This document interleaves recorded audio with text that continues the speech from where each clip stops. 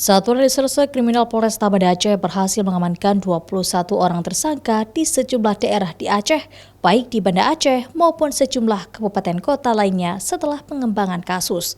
Dari 12 laporan polisi dalam kurun waktu sebulan tersebut, pihak kepolisian berhasil mengamankan 11 kendaraan bermotor.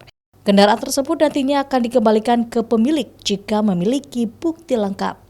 Rata-rata modus pencurian yang dilakukan pelaku yaitu memanfaatkan kelengahan pemilik kendaraan, baik menggunakan kunci T, serta pelaku masuk ke dalam rumah saat rumah ditinggalkan dalam keadaan kosong. Berhasil mengungkap sebanyak 21 tersangka yang sudah berhasil kita amankan dengan jumlah barang buktinya 11 unit kendaraan. Di situ ada 12 LP, laporan polisi yang berhasil kita ungkap. Hasil operasi di dalam operasi Sikat Selawat 2023. Pihak kepolisian juga menghimbau masyarakat waspada terhadap kasus pencurian. Apalagi menjelang mudik, banyak masyarakat yang kembali ke daerah dan meninggalkan kendaraan di rumah dalam keadaan kosong.